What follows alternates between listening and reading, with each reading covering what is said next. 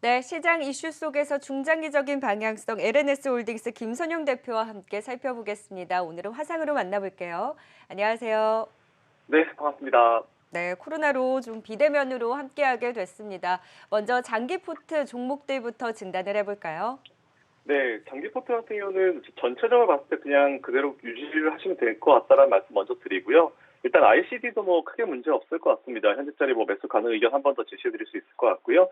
코덱스 레버리지, 코덱스 코스닥 150 레버리지 오늘 지수가 좀 올라가면서 반등을 하고 있는 모습인데 이것도 그대로 전 고점까지 유지할 수 있도록 하겠습니다.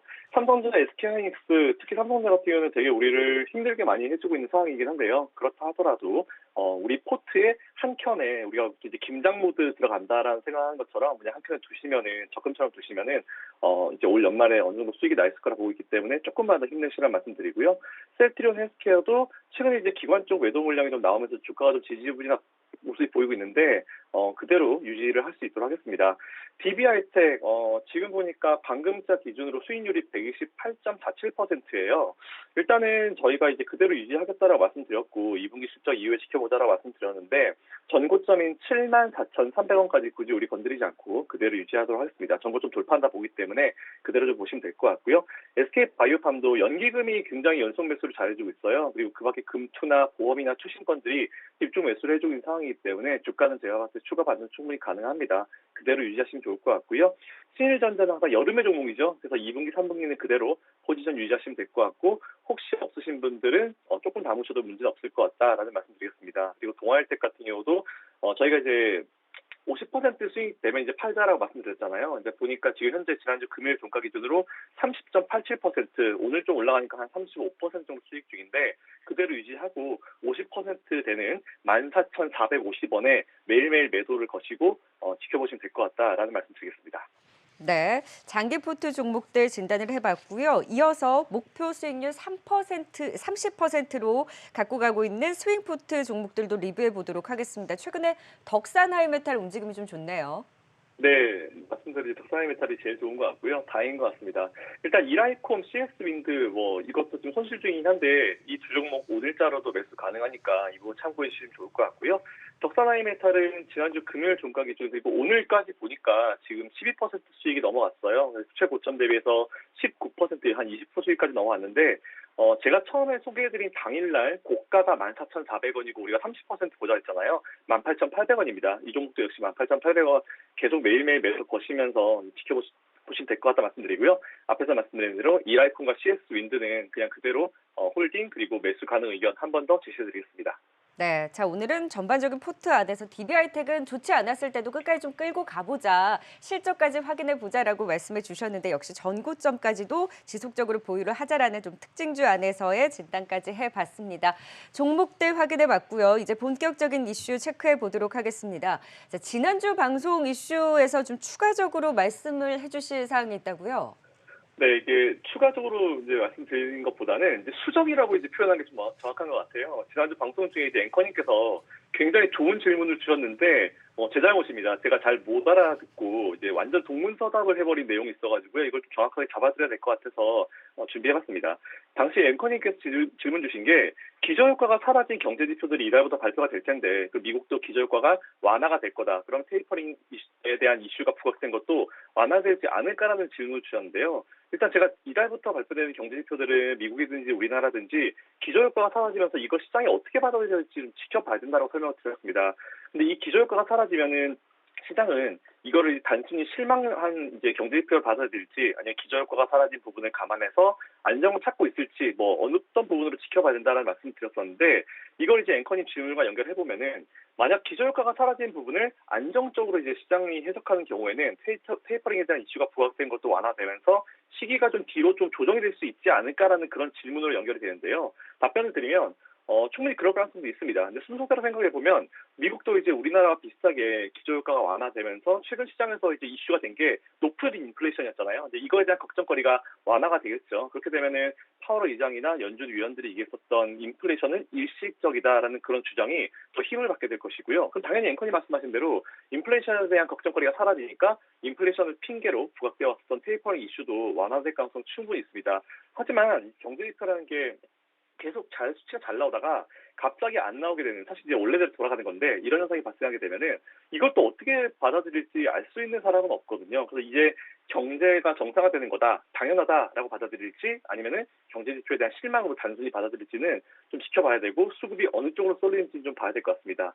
이로 인해서 혹시나 이제 수급이 우리가 원하는 방향의 반대로 움직였을 경우에 시장이 부담을 느껴서 조정의 추가적인 빌미가 될 수 있어요. 그래서 그 부분은 여러분들이 하나의 케이스로 좀 두고 보시면 될 것 같다는 말씀드리고요. 그 이번에 코로나19 델타 바이러스가 퍼지면서 또 얼마나 오랜 기간 동안 또 얘가 영향을 주냐에 따라서 연준은 충분히 고민할 시간을 좀 가지지 않을까 생각되는데, 제 개인적인 의견을 말씀드리면은 테이퍼링 전체적인 스케줄에는 큰 영향을 주지 않을 것 같다라는 말씀까지 드리면 될 것 같습니다. 네, 그때 제가 드렸던 질문에 오늘도 이렇게 답변을 친절하게 해주셨습니다. 네, 일단은 뭐 연준의 가는 방향에 대해서는 큰 영향을 주지는 않을 것이다라는 의견을 주셨고, 그때 말씀을 해주시면서 시장 전체적인 방향에 있어서 7월에 한번 좀 큰 조정이 있을 것이다라고 진단을 주셨는데, 벌써 좀 지난주부터 시장이 흔들렸었거든요. 여기에서 추가적으로 하방을 더 열어놔야 되는 것인지, 아니면 좀 지난주에 조정이 일단락 되는 것인지에 대해서는 어느 정도의 조정의 폭을 좀 열어두고 계세요? 일단 제가 말씀드리는 건 하나의 의견이라 해주시고 보시면 좋을 것 같는데요. 여러분 잘 아시겠지만 저는 이제 증시 강세론자입니다. 하지만 중간에 조정은 분명히 있을 것이고 있어야 한다라고 이제 생각하는 주의인데요. 일단 지난주 수요일까지 우리 양지수는 굉장히 좀 좋은 모습을 보였어요. 근데 목요일, 금요일 이틀 만에 딱 이제 빠른 시장의 조정이 왔었는데, 우리가 계속 짚어온 대로 조정의 핑계거리는 사실 지금 시장에 굉장히 많습니다. 얼마 전까지 미국의 국채 수익률, 인플레이션 관련 지표, 미 연준 테이퍼링, 미 연준 금리 인상, 한국의 금리 인상, 여기다가 이제 사실은 이런 게 너무 앞에 있었기 때문에 코로나 이슈는 좀 후순위로 밀렸었는데, 일단 제가 준비한 자료 한번 보시죠. 네, 본 자료는 코스피의 지난주 1분봉 차트인데요. 제가 이거를 왜 보여드리냐면은, 7월 8일 그리고 7월 9일 각각 이제 목요일, 금요일이죠. 동그라미 친 부분을 보시면 저 시간대가 어느 시간대냐면은 코로나19 관련 정부의 발표가 나왔던 그 시간대예요. 그러니까 7월 8일은 9시 30분부터 9시 50분까지 관련 기사들이 많이 쫙 나왔는데, 그때는 신규 확진자가 사상 최대치를 기록했던 시점이다, 이런 얘기가 나올 때가 그 20분대인데, 그때 우리나라 지수가 영향을 받기 시작했고요.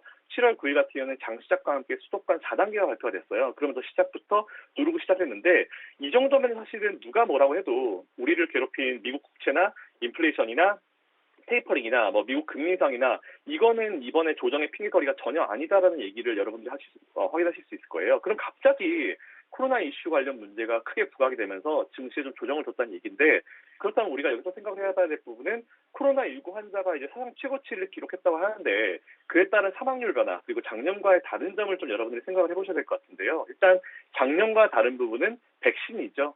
백신이 효과가 있다라는 전제하에, 저는 아직 접종 못했지만 접종 인구수가 더 확대가 되게 되면은 점차 상황은 개선될 거라 보고 있습니다. 근데 제가 가장 신중히 생각하고 있는 부분은 아무래도 이 수급적인 부분인데, 제가 준비한 다음 자료 한번 보시죠. 본 자료 같은 경우는 작년 3월달 코로나 문제가 되게 심각했을 때 제가 4월달쯤에 여러분들께 방송을 하면서 보여드린 자료인데요.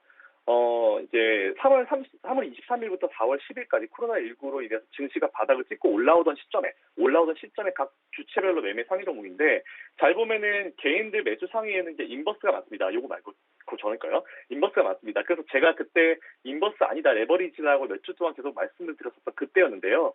이에 반해서 기관은 오히려 인버스가 매도 상위였고, 오히려 이제 레버리지가 매수 상위였는데, 외인들은 천천히 레버리지나 상반 베팅 종목수를 늘리던 시점이 사실 그때였어요. 그래서 제가 지난주 흐름을 제가 살펴봤는데, 그 지난주 혹시 투자자별 매매 상위 좀 올려주실 수 있을까요?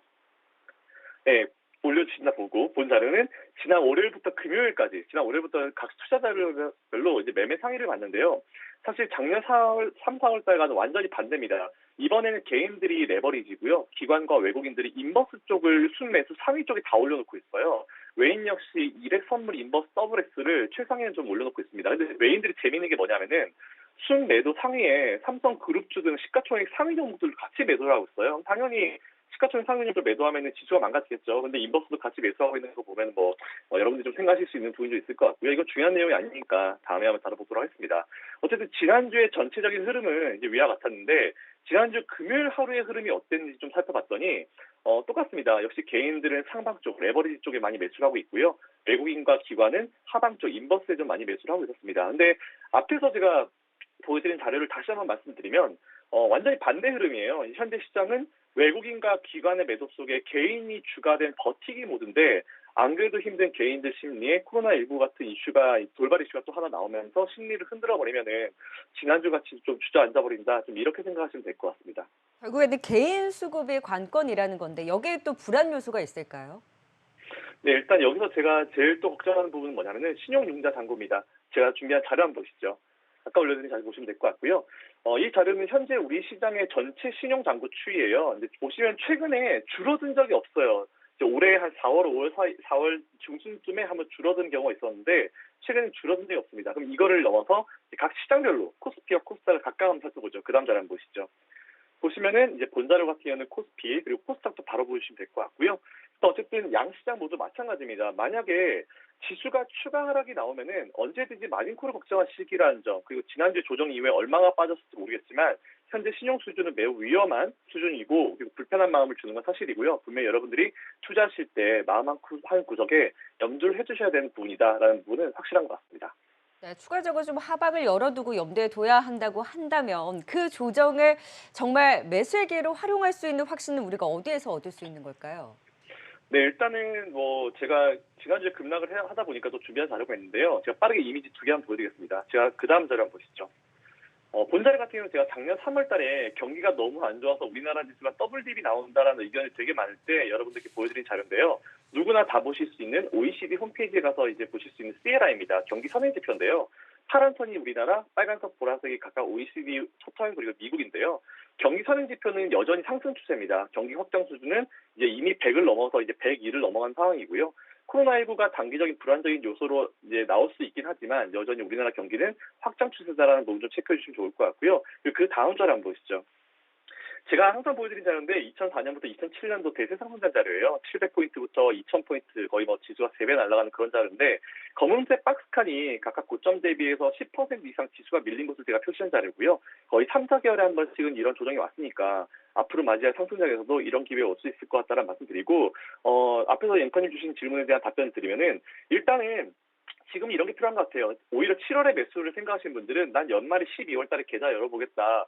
이런 생각을 보시는 게 나을 것 같고요. 저는 사실 오늘은 추가 매수, 전 지수 하락에 대한 추가 가능성을 그래도 아직은 좀 열어놔야 된다 보기 때문에 너무 공격적인 투자보다는 조금 지켜보시면서 투자를 하시는 게 좋을 것 같고 최소한 지수 차트에서 양봉 2개 정도는 확인하시고 들어가는 게 좋을 것 같다는 말씀드리고요. 만약 다음 주 월요일에 만약 뭐 매수 기회가 좋다 하면은 다음 주 월요일에 또 출연해서 말씀을 드릴 수 있도록 하겠습니다. 네, 시장의 좀 거시적인 시각에서부터 앞으로의 방향까지 짚어봤습니다. LNS홀딩스 김선영 대표였습니다. 고맙습니다. 감사합니다.